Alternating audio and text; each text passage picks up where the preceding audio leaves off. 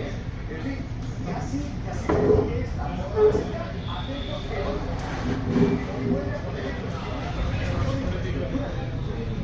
familias hasta ahora con cortes de luz.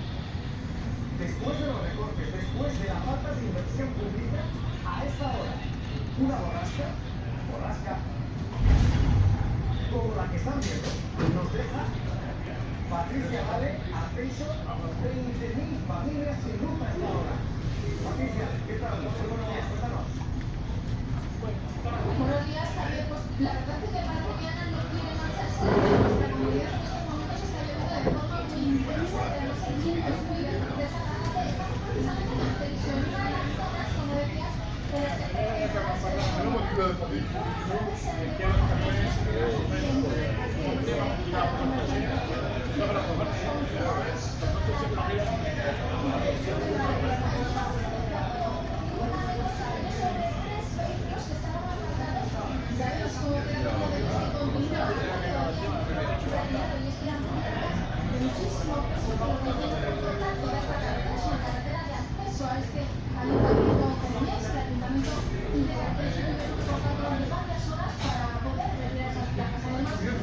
impactando contra el edificio que tenemos aquí a nuestro lado. Ahora mismo lo podemos enseñar precisamente por esta lluvia, pero rompieron varios cristales. En estos momentos además están aquí los bomberos de ascenso y ellos lo que quieren es intentar acceder a este tejado que tienen que retirar. Dicen que por seguridad tienen que retirarlo totalmente, pero traen una precisamente estas condiciones climatológicas tan complicadas les impiden de momento hacer su trabajo. Y es como decíamos,